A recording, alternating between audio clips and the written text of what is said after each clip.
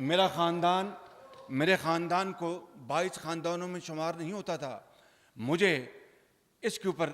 باعث فخر ہے کہ میرے والد کا تعلق ایک غریب کسان کے گھرانے سے تھا. ہندوستان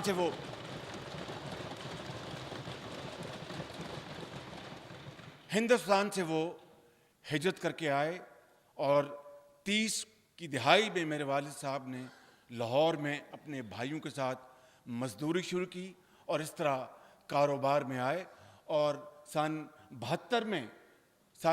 میں 2 جنوری 72 میں جب اس زمانے کی حکومت نے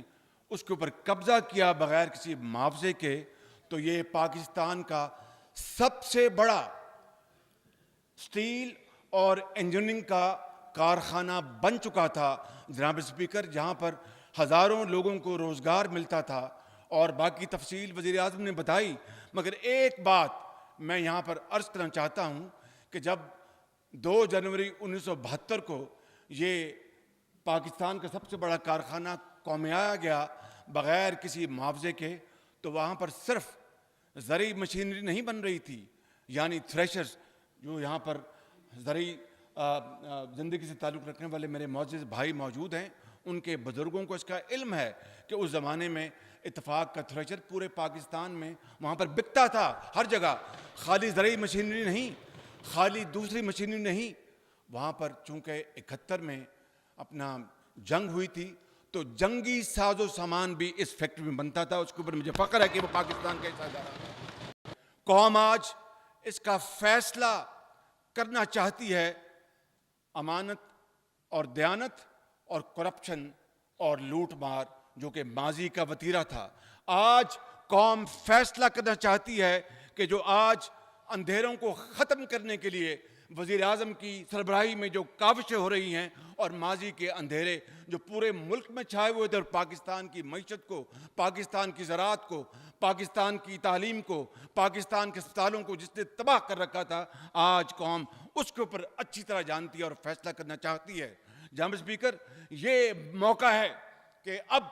فیصلہ ہو جائے کہ قوم نے اس راستے جانا ہے یا اس راستے جانا ہے. فیصلہ ہو جائے کہ جو لوٹ مار جو ہوئی، میگا سکینڈلز ہوئے، میں ایک نہیں میں 20 کا نام لے سکتا ہوں اس معزز ایوان میں آپ کی خدمت میں، لیکن سب جانتے ہیں کسی کا نام لینا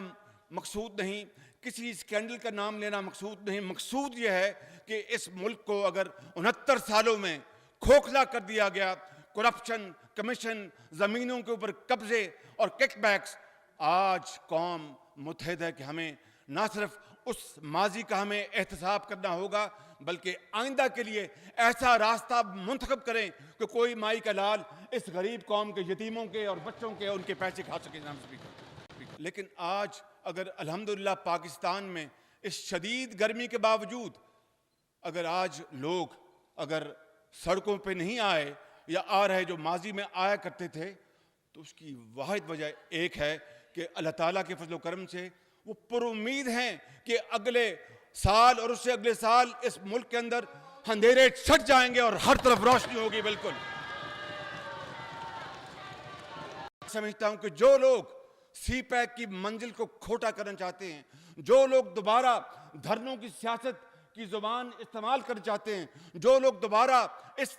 ترقی کے سفر کو دوبارہ خراب کرنا چاہتے ہیں، خدا کی قسم یہ قوم ان کو چوراہوں میں ان کے گریبان پکڑے ان کا حساب لے گی ان سے. بالکل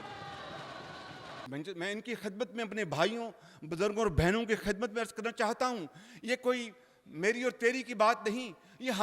ہماری بات ہے، یہ قوم کی بات ہے، یہ پاکستان کی بات ہے، یہ 20 کروڑ عوام کی بات ہے، پاکستان کے مستقبل کی بات ہے کہ اس کے اوپر 112 ارب روپے بچائے گئے. آپ بتائیں، یہ میرے بزرگ بیٹھے ہیں، 112 ارب روپے، مجھے بتا دیں پاکستان کی تاریخ میں وہ کوئی لمحہ، 112 ارب تو بڑی دور کی بات ہے، 112 روپے بھی بچائے گئے ہوں. اگر بچائے جاتے اس طرح جناب اسپیکر تو یہ ملک کبھی کھوکھلا نہ ہوتا.